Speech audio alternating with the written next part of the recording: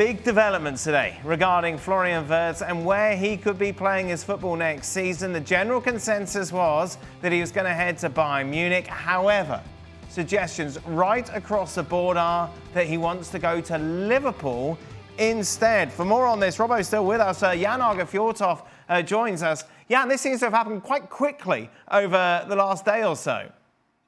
Absolutely, Dan. And a quick explainer. Remember, he is a Leverkusen, got a contract there till 2027. A lot of people thought he will go with Alonso to Real Madrid. No, he said, no, I won't do that. Then a lot of people thought that he will go to Bayern because his papa, Wirtz, has been talking a lot to Uli Hoeneß, El Pate, godfather. And so Bayern will probably sign the father and Liverpool could sign the son now because what happened today is that there was quite fresh that it came out that Florian Wirtz have told Bayern he wants to play for Liverpool. Because when he went to England, there was a lot of people thought that it was going to Manchester City to see Manchester City because this was the dream signing of the new Manchester City. But it was Liverpool. And we've been told now, and we know now, that he was in Liverpool. He had a great chat with Arne Slot. He was looking at houses in Liverpool. Wow. and so on. And remember, they put a price tag on him, Leverkusen, the Bayer concern, the owners of Bayer Leverkusen. That's not allowed, but it's still allowed in Bayer Leverkusen. They said 150 million euro. But that was a signal and to say to Bayern, this is going to be expensive for you guys. So they were thinking, well, can we get him now? Can we get him next summer? Maybe a bit cheaper. But Liverpool, the price will go down a bit. What I've been told now is that we will have around 125, 130 million euro, meaning around 110 million pounds. So they will not getting cheap, but they will give him cheaper because Leverkusen, of course, they don't want to strengthen Bayern. They want to sell him abroad if he's going to leave this summer. I've never seen him at Bayern because Musiala and Wirtz, they're two great players. And you may get away with that in the Bundesliga, but the balance of that side with those two in it, right, defensively, just doesn't stack up. It's a very good point, Craig, and it's maybe under-communicated. It was Didier Hamann who has big opinions. He said that will be a bad signing for Musiala to get his best friend in the team. I think that's a very good point, Craig, because when you see the whole situation, you want to go into a place where you know that you can develop. And Florian Wirtz is still a young lad, and the dream duo of Musiala Wirtz probably would made it a bit more difficult by Bayern than Bayern thought when they approached him. Even at Celtic, when I was there, we had two in the latter stages. We had two playmakers, and we tried to shoehorn them into the team.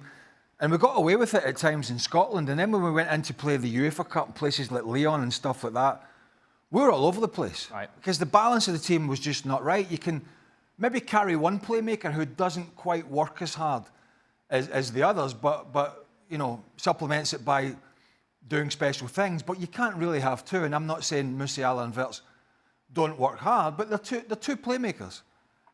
So I've always seen that as a bit of we just signed the best players scenario, which is never always the best thing for the team. This would be a real coup for Liverpool, albeit it's kind of money that they don't normally spend. What they spent. This will smash the club record. Yeah, I mean, it was 75, I think, on Van Dijk. Alisson was whatever. I can't remember what Coutinho was.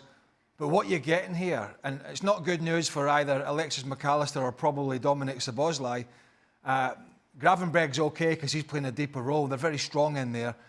But Florian Wirtz is a game changer. He's a match winner. He's a game changer. Not only does he score excellent individual goals, his ability to assist and play a pass and be that link player. And of course, then you're looking at... The only problem I've got there with Liverpool spending that amount of money on a sort of number 10 playmaker is they do need a front man. They do need a striker. Now, I hear people saying, well, Mo Salah, the goals. Can Mo Salah keep that going from the wide position? Can he keep churning that out well into his 30s, this 20, 30 to 40 goals a season from the right-hand side of the field? So do they need to go out and find somebody as well to replace somebody who hasn't worked out? Darwin Núñez can't keep playing Diego Jota up there. Maybe you can, I don't know.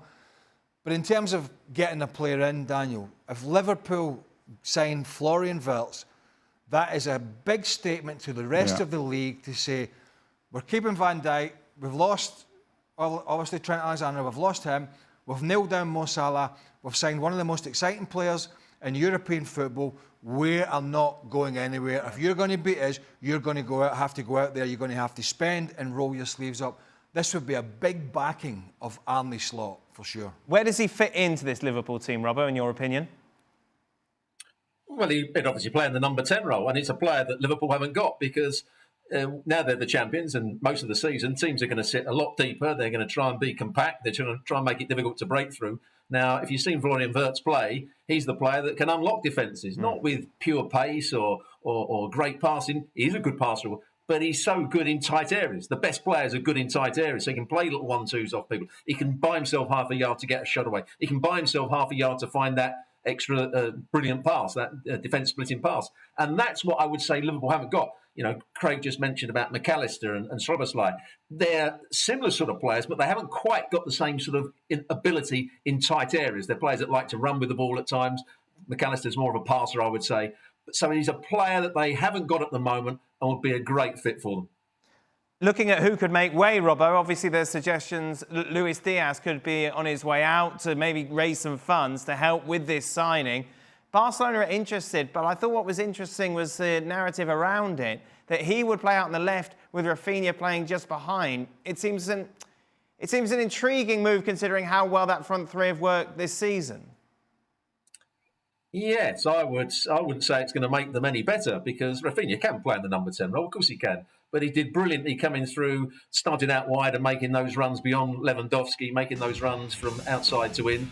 And it means the likes of Dani Olmo will not get in the side. It means the likes of Gavi will his progression won't be coming forward either. So it's a big call to try and buy Diaz and put him into the side. You know, when you're looking at next year's side, you'd imagine it'd be mostly the same. You know, of the players you've still got there, Koundé's still the best right back, Balde's still the best left back. They've got the two centre halves, Pedri and De Jong are both in excellent form. And then you're talking about those three behind the main striker. And I would still say Rafinha, coming from the right-hand side, making those runs from outside to in, is still a better player when he's playing there than when he's in a tight area in the number 10 role. I think that's still Dani Olmo's position. And I'm not sure Diaz gets in the team. Why would you have somebody, Robbo, who's had the season of his life, along with Lamine Yamal, who seems to have it every year at the moment as a youngster? His life's too short. Why would you have that and then move him position? Because it's a different picture, isn't it? When you're playing the number 10 role, it's a different picture. It's a lot tighter in there. There's a lot more bodies, particularly against Barcelona when teams defend a little deeper. There's a lot less space to operate. And yeah, you touched on it. He's been coming from that left-hand side and he's been making these driving runs into the space. And that's where he's had a lot of his success. So to move that player with these kind of stats into a different position and then take a risk on the other side, it doesn't really make much sense, does it? Absolutely not, you know, because he's got a great understanding with Balde as well. So as soon as he makes that run inside, Balde then breaks forward down the left-hand side and almost plays like a left winger. They've got a great understanding. And Rafinha has been brilliant with his movement off the ball, particularly in the first half of the season when teams didn't see his runs. You know, remember the very first minute of the game against Bayern Munich. I think it was the first 5 or 6 minutes against Bayern Munich. When he makes that run, he breaks the offside line. It's Kimmich that found himself back in the centre-half position. He goes through and scores. And he did that time and time again. So I don't see why you'd want to change it. You know, I think it's more the press talking about Diaz coming in and maybe his agent. I just don't see where Diaz fits into the side. But if he does come, he has to play on the left-hand side. The best thing that happened to Barcelona, was them not having the funds for Nico Williams. Because Nico Williams is a good player. He had a great Euros, but he did not have a great season for Athletic Club. Maybe that would have been different had he been at Barcelona. Maybe he would have flourished, but I think it's hard to argue that he would have had the numbers that Rafinha had. And also, Rafinha knew this player was vaunted and potentially was coming in. And yet he never sulked. He never got his head down. When they didn't sign him, he said, OK, I'm not sulking. You wanted to sign somebody. I'm going to show you. And I think that's what Hansi Flick probably said to him. Listen, the club will try to sign somebody as your replacement. You go and show them that they were wrong to even think about it. And my God, he did that. So, I mean, this might happen in terms of moving and shuffling players around, but I'd be a little surprised. It's a bit like having Lamine Yamal and saying, do you know what? You're untouchable in that right-hand side, and you scare left-backs to death, and you score all these great goals, and you have these assists, and you've got a great relationship with Lewandowski and with Koundé, but I tell you what, I'm going to move you. It wouldn't make sense on that side, and it doesn't really make sense on the other side. One last thing, Jan, with you about transfers. Jonathan Tah going to Bayer Leverkusen, going from Leverkusen to Bayern Munich. That looks done, yeah? Interesting that on the day when Florian Wirtz told Bayern, I'm not coming, in the public, they got Jonathan Tah. I think that is a confirmation for Liverpool that he's on his way to Liverpool. They were talking about Barcelona. There was all these things about registration going forward and back.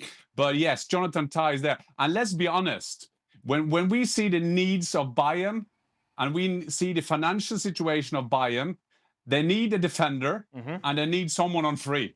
Because that's what they had the financing for. And so maybe that is, it's good for them. It's a great signing for them. They were very close to get Jonathan Tah. Last season, they was missing €5 million to Leverkusen to get him. And the board said no. And now they get him for free. And that is a great signing by Bayern Munich. Which disappointing centre-back will end up at Manchester United, Jan?